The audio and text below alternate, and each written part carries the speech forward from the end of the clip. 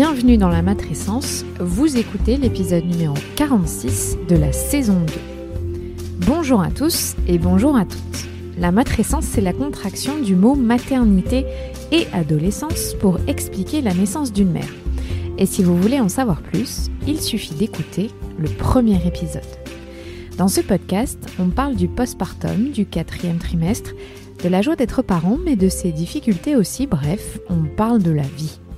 La matrescence met en avant des femmes et des hommes qui racontent, expliquent et donnent une autre définition à la parentalité. Je suis Clémentine Sarlat, la créatrice de ce podcast. Je suis journaliste de formation dans le sport, à la télé, rien à voir, mais je suis aussi professeure diplômée de yoga pré et postnatal. Et puis surtout, je suis maman d'une petite fille de 2 ans et demi. Je m'appelle Ella. Bienvenue de la matrescence. La matrescence transforme la vie des mères, des pères, mais surtout des familles dans leur ensemble, alors parlons-en. Ici, pas de tabou, je vous propose une conversation intime, remplie d'émotions et d'informations. Si vous aimez ce podcast, n'hésitez pas à vous abonner, à laisser un commentaire et le must à mettre 5 étoiles. Les questions d'éducation ne sont pas seulement liées à la famille. Pour que la société évolue, il faut que le gouvernement et les associations prennent le pas. C'est ce qu'a fait Ensemble pour l'éducation de la petite enfance, une association reconnue d'utilité publique qui a été fondée par Nathalie Casso-Vicarini, que je reçois aujourd'hui. Dans cet épisode, on revient sur son parcours hors norme, elle qui a changé de vie au moment de devenir mère, qui s'est inspirée de différentes cultures pour arriver à créer une association qui a du sens et qui agit sur le terrain. Aujourd'hui, Edu Ensemble, comme on l'appelle, est engagée dans le projet des 1000 premiers jours, une commission commandée par le gouvernement à la fin de l'année 2019, pour que, enfin, la petite enfance soit considérée par la société comme primordiale. On aborde des thèmes variés, mais surtout on explore les pistes pour arriver à ce que plus aucun enfant ne soit tapé, que tous les professionnels de la petite enfance soient formés à la hauteur des enjeux de leur métier. Je vous souhaite une très bonne écoute.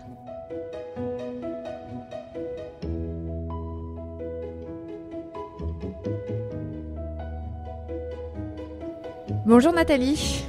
Bonjour Clémentine.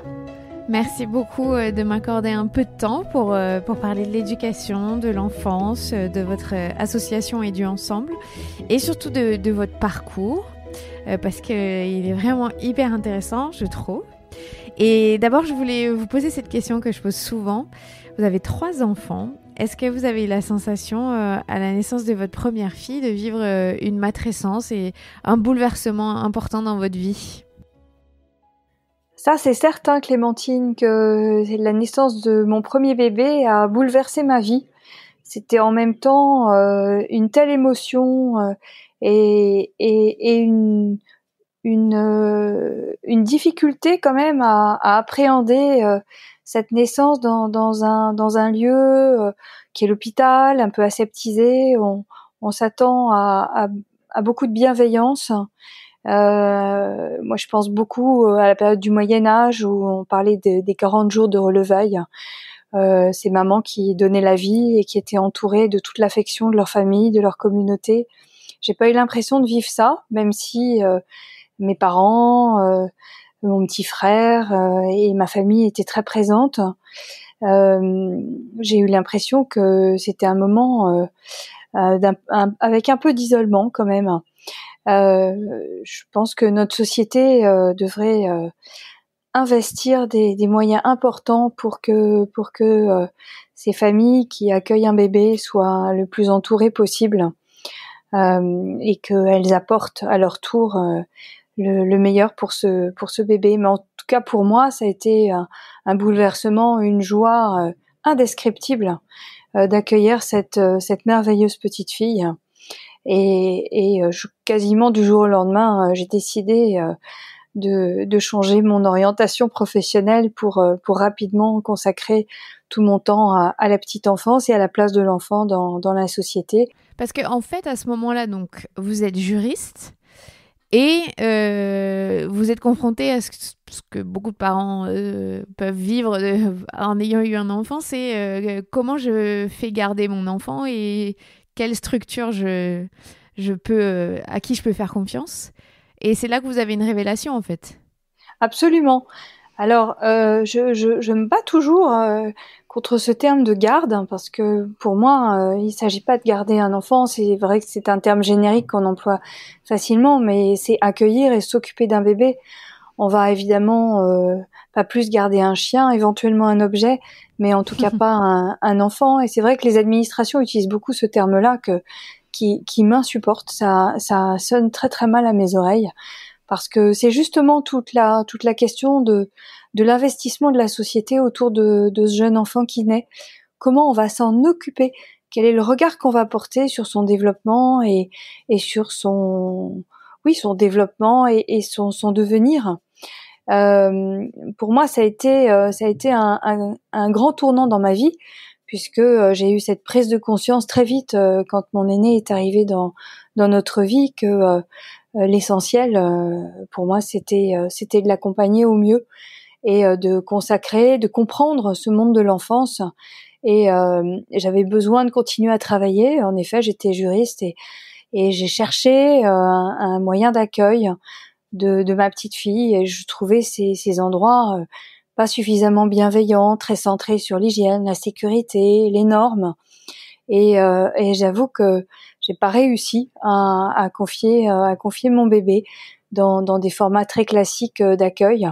Donc j'ai décidé très vite de créer une association, une première association et de professionnaliser l'aide à domicile.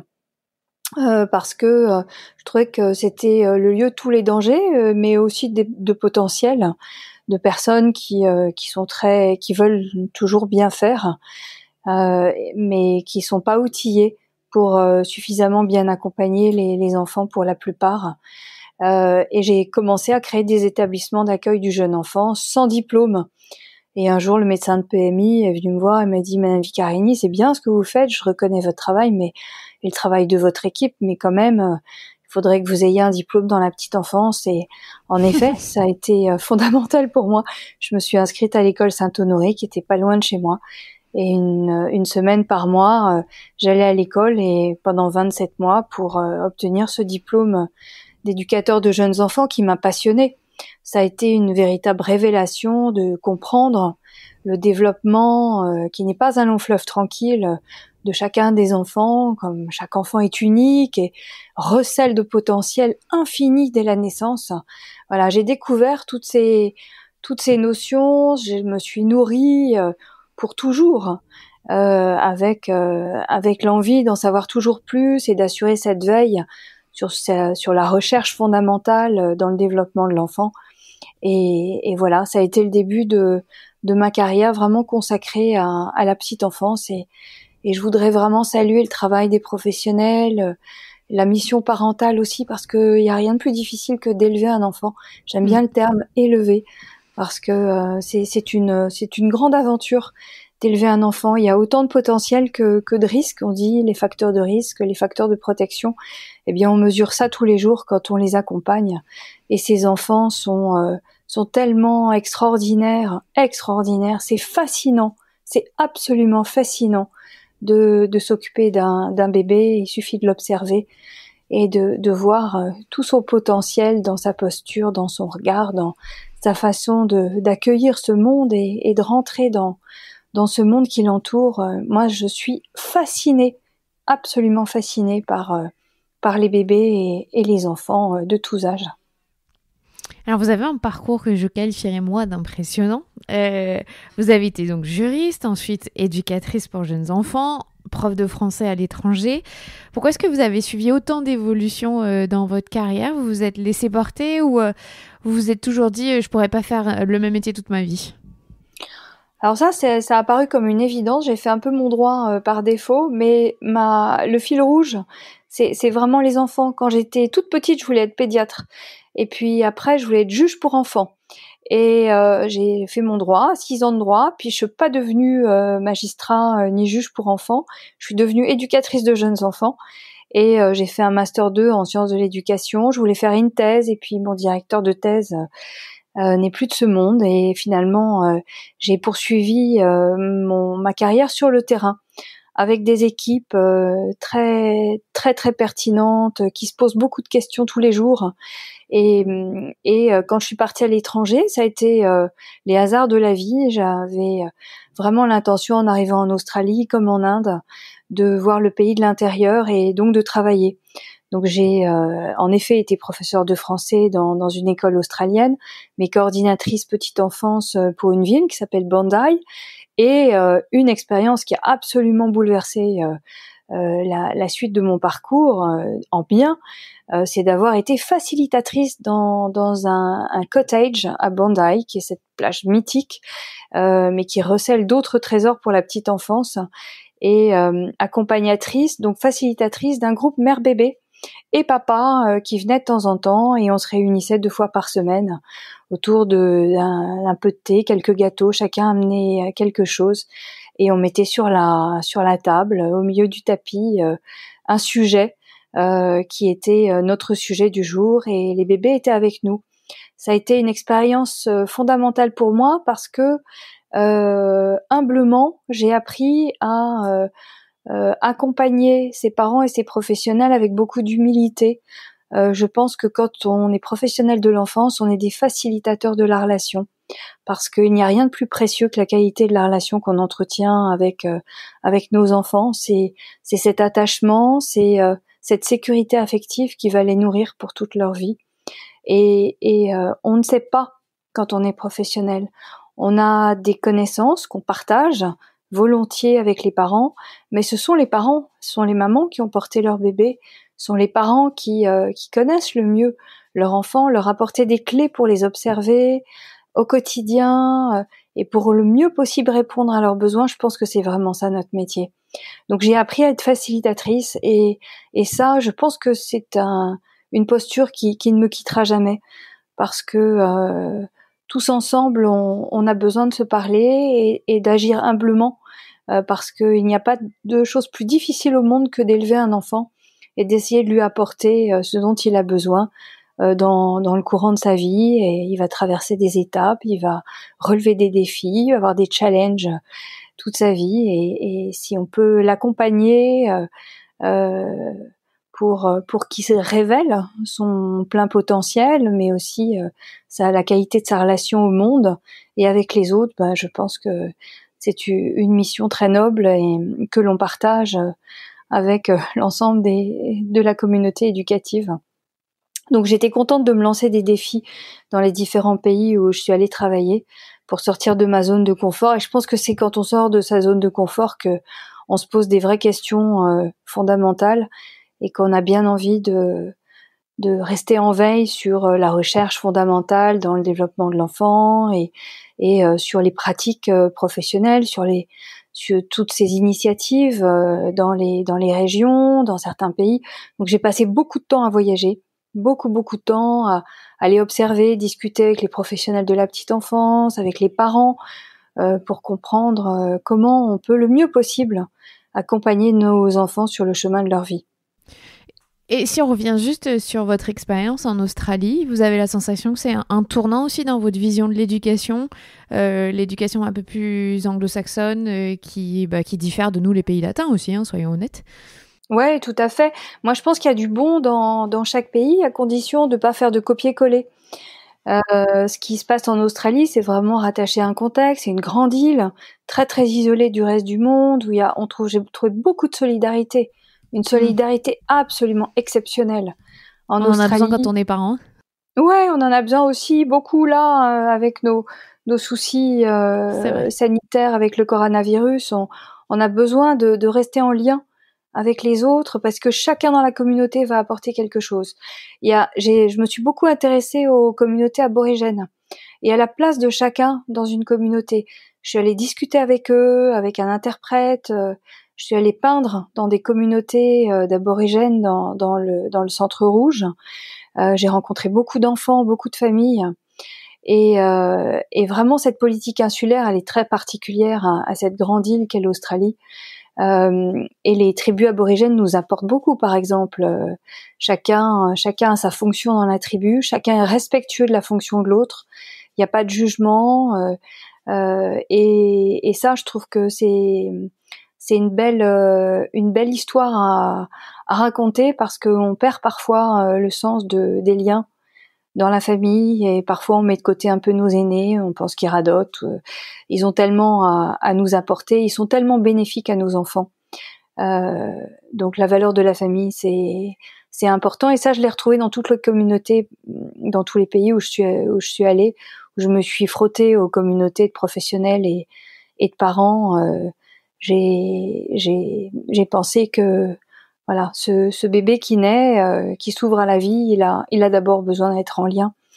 On a besoin de répondre à ses besoins physiologiques, mais on a surtout et d'abord besoin de répondre à ses besoins de sécurité affective et c'est tout un village pour élever un enfant. J'adore ce proverbe africain parce que chacun apporte quelque chose dans la communauté. Et vous l'avez ressenti aussi, ce village, quand vous êtes partie en Inde ? Oui, absolument. L'Inde est un pays très traditionnel. Les enfants, il n'y a pas de contrôle des naissances, il y a encore à peu près 47% d'analphabètes, donc les connaissances sont assez peu partagées, malheureusement. Mais la famille est très très soudée et je pense que ça c'est un facteur de protection essentiel pour les enfants. On essaye toujours de mesurer facteur de protection, facteur de risque. Et un des grands facteurs de protection dans la société indienne, c'est la famille soudée. On laisse jamais les aînés sur le bord de la route. Quand la famille se déplace, quand un papa ou une maman commence à travailler dans une grande ville, c'est toute la famille qui se déplace pour entourer l'enfant. Alors, tout n'est pas rose dans chacun des pays. En Inde, il y a beaucoup de cas de maltraitance, par exemple. C'est une société qui a une sorte de violence rentrée qui m'a vraiment impressionnée quand je travaillais là-bas. Et j'ai eu cette chance de commencer à mettre en place des crèches d'entreprise. Une première crèche d'entreprise dans l'est de Delhi, en Uttar Pradesh. Et pour moi, c'était vraiment l'occasion de rassembler les parents et les professionnels autour de l'enfant. Les parents venaient dans la journée. Il y avait un papa qui venait souvent jouer avec les enfants, un autre qui racontait des histoires, une maman qui aidait pour la préparation des repas. C'était comme une grande famille au sein d'une crèche. Et la crèche s'appelait Nane Fariste, ça s'appelle Petit Ange. Ça veut dire Petit Ange en hindi. Voilà, j'ai eu cette chance d'apprendre un tout petit peu l'hindi parce que je faisais le recrutement de l'équipe de la crèche. Et j'étais heureuse de dialoguer dans la langue des professionnels de la petite enfance. Mais au-delà de ces échanges, franchement, je serais incapable de parler, de soutenir une conversation en hindi. Ça reste vraiment très circonscrit dans mon domaine professionnel. Est-ce que vous fondez l'association qui est une association reconnue d'intérêt général au moment où vous rentrez d'Inde, ou ça prend un peu plus de temps pour fonder Ensemble pour l'éducation ? Oui, ça a pris plus de temps, environ une dizaine d'années. Il y a eu presque 20 ans d'incubation de ce grand projet qu'on mène avec une équipe absolument remarquable. Parce que il fallait ce temps de maturation aussi pour arriver à un moment où la société commence à être prête à entendre certains messages qui étaient peut-être enfouis et qui voient le jour aujourd'hui, de ce rassemblement, cette fédération des parents et des professionnels qui ont besoin de se parler un même langage autour du développement de l'enfant, parce que c'est vraiment de cela dont il s'agit chez Ensemble pour l'éducation de la petite enfance. C'est partager ensemble des connaissances sur le développement de l'enfant, des connaissances internationales, des connaissances à jour, des connaissances basées sur la science, qui permettent à chacun de se comprendre, parce que c'est aussi un constat que j'ai fait dans mon pays, mais aussi dans d'autres. C'est notamment de comprendre que les difficultés parentales, elles viennent souvent du fait que l'équipe de la crèche a dit quelque chose, ou l'assistante maternelle s'est prononcée sur le même sujet, mais avec une autre interprétation, et puis le médecin de PMI va donner aux parents une autre information, parfois contradictoire, et puis on va avoir un autre son de cloche à l'hôpital, et finalement le parent est perdu, il reçoit 4 informations différentes, ou 5 ou 6 ou 10. Et quand l'enfant vit des moments troublés dans son développement, eh bien le parent est perdu. Et c'est né de ce constat c'est important qu'on arrive à se parler un langage juste, à jour, basé sur la science et commun, pour pouvoir mieux accompagner le développement de l'enfant et mieux répondre à ses besoins. Et ça passe par beaucoup d'étapes. Il faut construire un consensus scientifique qui agrée à chacun, qui soit entendable, qui soit accessible, qui soit très lisible. Et puis après, il faut le partager dans des formats qui soient très compréhensibles de tous, que toutes les familles puissent y accéder, que tous les professionnels s'y reconnaissent et que chacun y trouve matière à nourrir ses connaissances, à se poser des questions, à rentrer dans une dynamique d'amélioration continue des pratiques éducatives. Et ça passe par une grande prise de conscience. Donc on a démarré en fait cette grande aventure de l'association Ensemble pour l'éducation de la petite enfance par deux grands temps forts.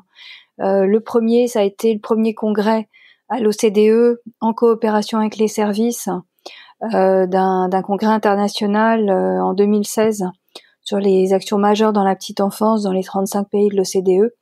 C'était une façon de démarrer l'aventure par une grande mise en commun des initiatives majeures dans 35 pays. Et ce rassemblement a été extraordinaire. Ça a été pour nous l'occasion de rassembler des initiatives parfois toutes petites, à petite échelle, pour voir combien la richesse et la générosité et la pertinence des professionnels et des parents est grande dans la mise en place d'initiatives qui sont bénéfiques pour le développement de l'enfant. Ça a été un très très grand mouvement qui s'est mis en place à partir de ce moment-là et international. Et l'année suivante, en 2017, on a très largement partagé ces connaissances internationales dans le cadre d'un train qui s'est déployé dans 14 villes en France, qui faisait la longueur de 2 TGV, qui s'appelait le train Petite Enfance et Parentalité, qui a accueilli 32 000 parents et professionnels de tous horizons dans 14 villes en France. Et l'idée, c'était d'aller au cœur des villes pour aller toucher toutes les populations, en particulier les plus vulnérables, et partager ce langage commun sur le développement de l'enfant dans 5 dimensions. Même 6 dimensions. On démarrait la visite du train avec un espace reconstitué comme un fœtus, et on se rendait compte combien le monde extérieur était déjà si présent pour ce bébé in utero, et combien tous ces liens qui se tissent sont fondamentaux dès ses tout débuts. Et puis on entrait dans des thématiques comme naître et tisser des liens, jouer et communiquer, bien vivre le quotidien, agir tôt, c'est toutes les préventions et les vigilances dans le développement de l'enfant. Et puis la question des droits de l'enfant qu'on a traité avec le défenseur des droits et la défenseur des enfants. Et enfin, tout un village pour élever un enfant. C'était la synthèse en fait de cette visite pédagogique très interactive de ce train, et toutes ces ressources étaient gratuites. On a reçu des familles. C'était magnifique. Ça a été une aventure humaine magnifique avec les équipes municipales des villes qui nous ont accueillis, qui ont déplacé des montagnes chaque fois dans chaque ville pour accueillir ce sujet de la petite enfance avec tellement de bienveillance, d'imagination, ça a été un grand coup de projecteur chaque fois, en général la semaine entière, quand le train arrivait, pour mettre l'accent sur tous les bienfaits et tout l'investissement qu'une société doit faire pour la plus jeune génération, pour les tout petits, parce que on sait aujourd'hui que l'investissement social de la petite enfance, il est l'investissement le plus rentable qu'une société puisse faire. Quand on investit 1 euro dans la toute petite enfance, en accompagnant au mieux le développement de l'enfant dans toutes ses dimensions, eh bien on économise 13 euros dans la prévention des risques de déviance et de tout type de décrochage et de difficultés sur le parcours de l'enfant. Donc on a voulu transmettre ce message de façon très large.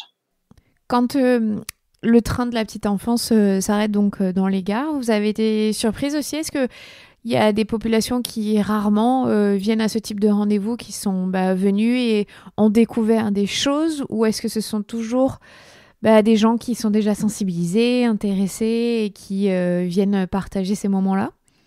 Ça a été le grand bénéfice de ce train. C'est comme on allait au cœur des villes. Le cœur des villes, c'est là où se niche une grande pauvreté. On a accueilli beaucoup de familles, beaucoup de professionnels qui accompagnent ces familles vulnérables, qui venaient dans le train, qui était en général annoncé aux 13h ou sur Télématin. Et les familles venaient parfois comme ça, juste peut-être pour visiter quelque chose de nouveau, comme on visite un nouveau parcours chez un fabricant de meubles, par exemple, que je ne vais pas citer. Et elles rentraient dans cet univers. On les accueillait à la fin de la visite, au bout de parfois 1h30, 2h, 2h30, pleines d'émotions. Elles nous confiaient leurs difficultés. Parfois, elles se confiaient elles confiaient des événements majeurs de la vie de leur famille. Parce qu'elles avaient été touchées par des messages, notamment sur la prévention de la violence éducative ordinaire. Elles découvraient et des promesses de l'enfance et des vigilances. Je me souviens d'une famille en particulier, j'ai vraiment envie de vous donner cet exemple-là, qui nous a frappé avec l'équipe. Le papa était habillé en bleu marine, la maman était en rouge et la petite fille était en blanc, comme un drapeau français. Et ce papa et cette maman sont analphabètes. Et la petite, 10 ans, était déscolarisée depuis plusieurs années. Et quand j'ai parlé au papa, il m'a dit mais notre fille, elle est pas intelligente, elle est comme nous, elle peut pas rester à l'école parce que elle peut pas comprendre. Et puis je me suis adressée à la petite fille, on avait une grande fresque avec des crayons de couleur. Je lui ai proposé de prendre un crayon de couleur et de faire un dessin. Et cette petite fille, elle a fait un dessin assez étonnant. Et autour de ce dessin, on a pu se rassembler avec les parents. Et ce dessin nous a démontré beaucoup de choses des capacités de cette petite fille. Et ce papa et la maman aussi ont pris conscience que après tout ce qu'ils avaient expérimenté dans ce train, leur petite fille, elle était certainement douée de beaucoup de compétences à travailler en tout cas, et que voilà, je pense que pour cette famille, ça a été assez révélateur.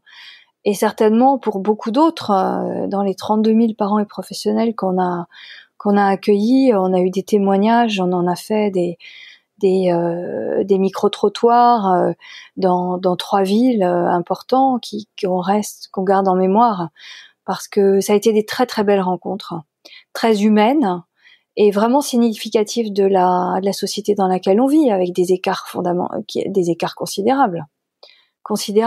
Et l'écart le plus considérable, on le mesure dans le partage des connaissances.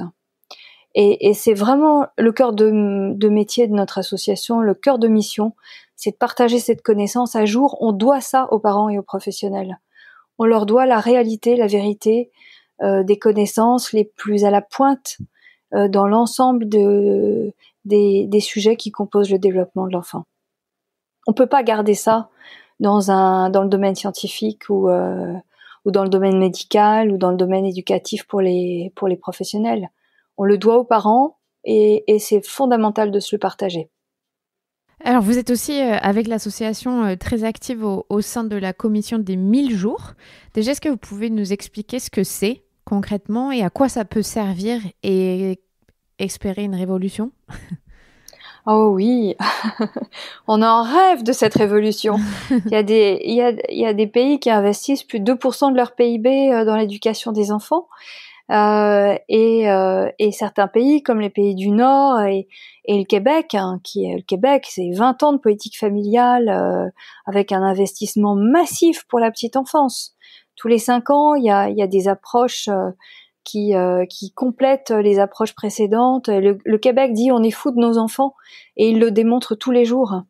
On rêve qu'en France on puisse bénéficier de politiques publiques très investis dès la périnatalité, dès même le projet d'enfant, pour accompagner notre communauté. Donc, je pense que c'est parti de cette volonté-là du président de la République, puisque c'est une commission qui a été installée par le président de la République et qui est composée de 18 experts avec des disciplines très très larges et très complémentaires, mais aussi des professionnels de terrain. Et ça a été des temps extraordinaires entre nous, parfois des discussions très vives. On s'est pas toujours entendu sur l'ensemble des sujets, loin de là. Mais ça a été, comme on dit en anglais, une cross-fertilisation extrêmement pertinente de croisement de savoir dans l'ensemble de nos disciplines pour arriver à un consensus scientifique sur le développement de l'enfant. Ce qu'on nous a demandé dans 5 dimensions, c'est d'apporter nos connaissances pour que ce consensus scientifique émerge et qu'il puisse porter une politique publique centrée sur la petite enfance plus puissante pour demain. Notamment la question des congés de naissance, les congés parentaux, sur la qualité de l'accueil de l'enfant dans nos structures. Je pense aux assistantes maternelles qui sont nombreuses, 340 000 en France, mais aussi les accueils collectifs et tous les lieux de soutien à la parentalité, les protections maternelles et infantiles qui font un travail remarquable et tous ces professionnels qui veulent tous bien faire leur travail. Comment cette commission peut donner des outils aux parents, mais aussi aux professionnels pour mieux accompagner le développement de l'enfant. Ça a été un temps très riche, des prises de conscience qui ont toutes été, je pense, bénéfiques pour chacun de nous. Là, on est à la veille de rendre ce rapport et des recommandations qui sont le fruit d'un travail collectif. Encore une fois, ensemble, on va plus loin. On espère que ces recommandations vont être bien reçues. Elles sont très ambitieuses. Et c'est-à-dire, est-ce qu'il y a quelques petites notes qui peuvent sortir ou comme c'est pas validé, on peut pas encore avoir un... Ah là, on va rien pouvoir dire maintenant. C'est vrai. On va rien pouvoir dire maintenant, mais ce que je peux vous dire, c'est que on a été ambitieux dans nos demandes et qu'on espère que cette ambition sera bien visible et bien reprise dans les faits par notre gouvernement, parce que l'enfant, il mérite la plus grande des ambitions. L'ambition, c'est peut-être pas un très joli terme, mais la plus belle des promesses, parce que c'est en l'entourant, comme dit Boris Cyrulnik, de cette niche sensorielle, de ces facteurs de protection, que on arrivera petit à petit à construire une meilleure société, surtout dans la situation dans laquelle on est aujourd'hui avec ce virus qui nous attaque. On a besoin de facteurs de protection en face des facteurs de risque qui sont malheureusement assez nombreux, pour entourer nos enfants du mieux possible et leur permettre de se développer dans les meilleures conditions. Et ça veut dire qu'on doit donner les moyens aux professionnels de l'enfance et aux parents de les accompagner sur le chemin de la vie.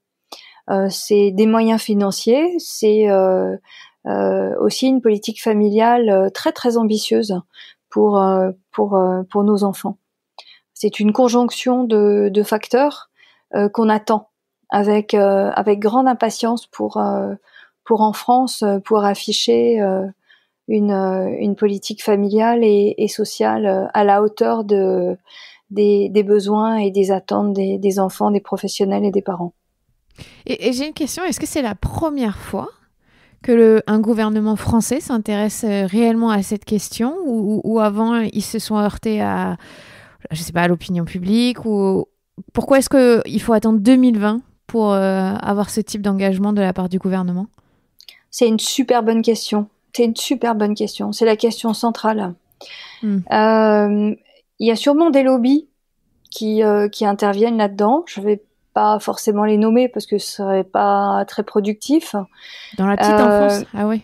Oui, il y a sûrement des lobbies et qui empêchent peut-être, qui ont empêché en tout cas aujourd'hui nos gouvernements à mettre en place des politiques préventives plutôt que des politiques curatives. C'est aussi un grand message qu'on lance à notre gouvernement, de passer de politiques curatives à des politiques préventives, parce qu'on sait que les politiques préventives, elles sont durables. Par exemple, il vaut mieux mettre en place des vaccins que des médicaments. Et il a fallu du temps. Je pense que la prise de conscience, elle n'était pas encore vraiment là. En tout cas, à la place où elle devait être. Je crois que pendant longtemps, on a considéré l'enfant comme un adulte en miniature. D'ailleurs, on parle des violences faites aux femmes, mais aujourd'hui, dans le temps de confinement, ce qu'on ne sait pas, c'est qu'il y a une recrudescence drastique de la maltraitance des enfants. Et ça, on n'en parle pas, parce que les enfants parlent pas, ils votent pas, on leur demande pas leur avis. Et moi, ça me fait penser qu'on les traite comme des adultes en miniature. Or, ils ne sont en rien des adultes, ils ont un cerveau très malléable, mais aussi très immature, et un développement en continu qui leur permet pas d'être autonomes. Donc, on doit considérer les enfants comme de très très grandes promesses, mais aussi avec leur fragilité. Et jusqu'à présent, vous avez la sensation que ça change, que vraiment là, ils ont pris la mesure de ce que ça voulait dire, de la fragilité. C'est pour ça qu'il y a eu des débats vifs. Ouais.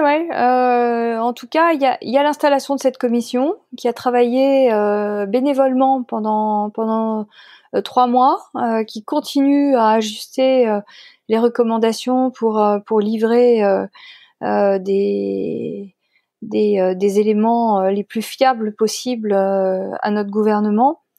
On espère beaucoup de notre gouvernement.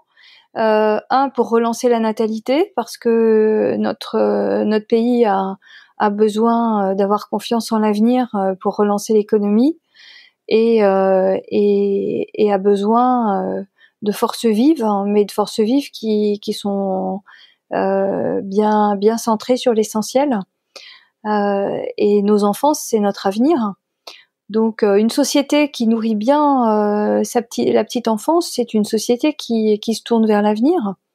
Alors, on espère que nos politiques et tous les influenceurs, les députés, on en a rencontré beaucoup à l'association, on a fait des interventions au Conseil de l'Europe par 2 fois cette année. On a rencontré beaucoup d'influenceurs au niveau européen et international. On espère que cette prise de conscience, elle va être suivie d'actes concrets, puissants et efficaces. Mais vous n'êtes pas sûr? J'ai bon espoir. J'ai bon espoir qu'on arrive à co-construire tous ensemble une société meilleure, parce que elle ne sera meilleure que parce qu'on aura bien accompagné les enfants qui feront la société de demain. J'ai bon espoir. Alors, qu'est-ce qu'il reste à faire pour que la société de demain prenne une tournure un peu plus idyllique, ou en tout cas suive le modèle de nos amis des pays nordiques? Alors, de mon point de vue, je parle pas au nom de la commission, de mon point de vue de professionnel de l'enfance, c'est redonner confiance aux parents. La société, elle est anxiogène aujourd'hui, surtout avec des attaques de virus qu'on ne maîtrise pas, qu'on ne connaît pas. La société est anxiogène. Donc, redonner confiance en la société, parce que sinon, la baisse de la natalité, elle va se poursuivre. Ça fait 3 ans consécutifs, et c'est sûrement pas un bon indicateur pour notre société. Je pense que ça passe par des congés parentaux, des congés de naissance et des congés parentaux qui permettent aux parents, qui soient suffisamment rémunérés pour permettre aux parents de construire ces liens solides et durables avec leurs enfants. Ce lien de confiance, de sécurité affective, de confiance mutuelle, qui permet aux enfants de bien construire leur identité, et de rentrer avec bonheur dans leur vie. Je pense que ça, c'est la première pierre à poser, un congé suffisamment long, partagé, équitable entre les parents, et puis un congé qui soit bien rémunéré, parce que sinon personne ne le prendra. Au Québec, c'est quasiment 80% du revenu pour chacun. C'est-à-dire que tous les parents qui travaillent, qu'ils soient salariés, agriculteurs, auto-entrepreneurs ou ayant d'autres statuts plus précaires, puissent avoir un revenu de base qui leur permette d'accompagner le développement de leur enfant et de bien connaître leur enfant, de bien pouvoir l'observer, d'accompagner ses bourgeons de compétences et de construire vraiment une famille. Ensuite, je pense introduire un partage de connaissances à jour, très solide, basé sur la science, avec les professionnels de la petite enfance et les parents, qu'on puisse se parler un langage commun qui n'exclut pas les langages spécifiques, parce qu'il y aura toujours le langage spécifique du pédiatre, du pédopsychiatre, du psychologue, de l'éducatrice, de la puéricultrice, etc., de l'assistante maternelle et de l'ensemble des professionnels. Mais un langage commun, c'est rassurant, ça permet à toute la communauté de se comprendre. Ça, c'est la deuxième pierre que je poserais. Rentrer dans une dynamique d'amélioration continue. C'est aussi se dire que on sait pas tout, on sait jamais tout. On a besoin de rester en veille sur nos connaissances et on a besoin de les partager, ces connaissances, généreusement et humblement. Et puis les autres pierres, ce sont des pierres qui sont qui s'imbriquent les unes dans les autres. C'est accompagner enfin qualitativement et se donner les moyens de le faire, tous ces enfants de l'aide sociale à l'enfance, tout le secteur de la protection de l'enfance qui est dans un état vraiment déplorable. Je pense beaucoup à tous ces professionnels qui donnent tout ce qu'ils ont pour bien faire leur métier, mais qui en ont pas les moyens. Parce que ces enfants, ils ont besoin, comme les autres, d'avancer dans la vie et réduire les écarts. Il y a des inégalités de naissance, c'est clair. Moi, j'ai participé à une commission auprès d'Olivier Noblecourt. Ça a été une très très grande chance dans ma vie.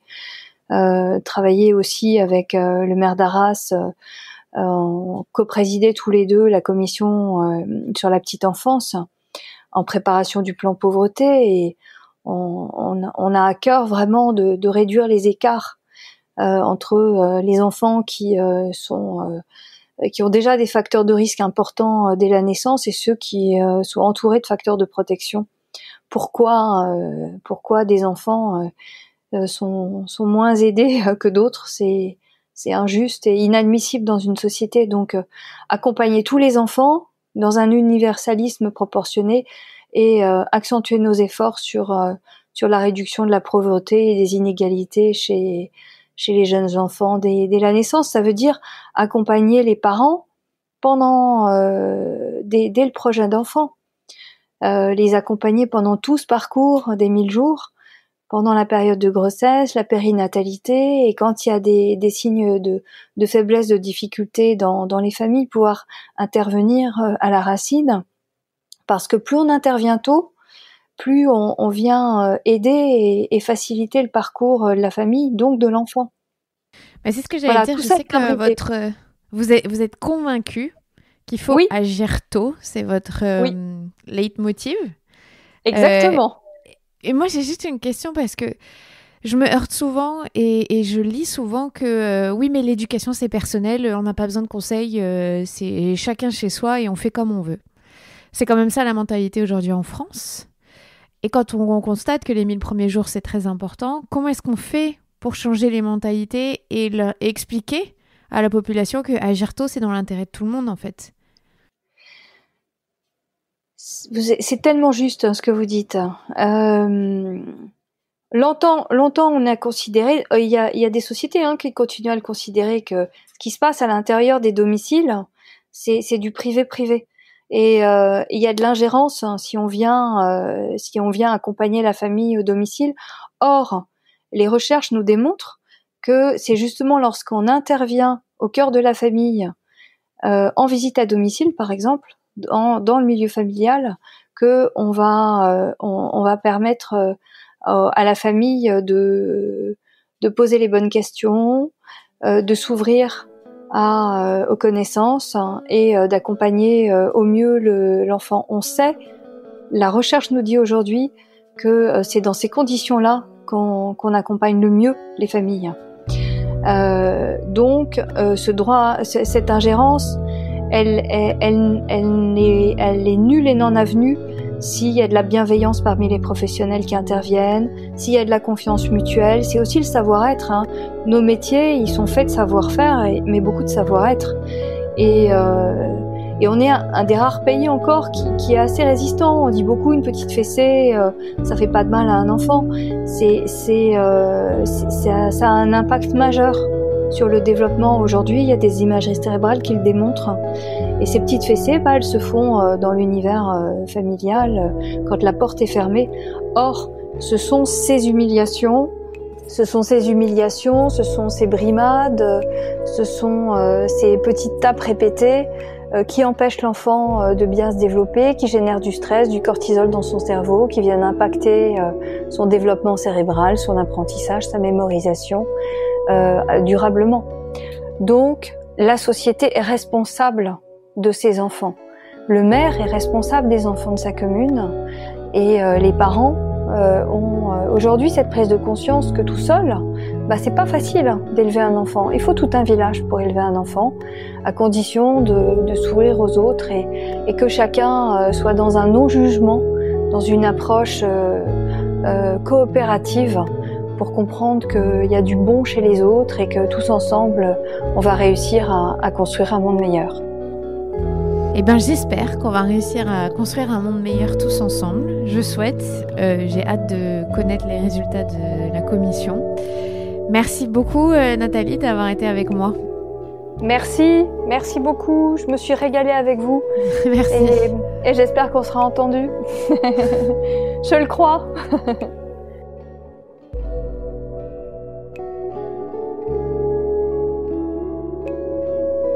C'était Nathalie Casso-Vicarini, la fondatrice d'Edu Ensemble pour la petite enfance. Je suis Clémentine Sarlat, votre hôte. Et si vous avez aimé cet épisode, n'hésitez pas à le partager sur les réseaux sociaux @lamatrescence. Et sinon, mettez 5 étoiles, ça aide vraiment ce podcast. Merci à vous. J'ai aussi ouvert un petit compte YouTube, que je vous le dise, pour ce confinement, avec des cours de yoga réservés aux femmes enceintes et aux nouvelles mamans. À la semaine prochaine et prenez soin de vous.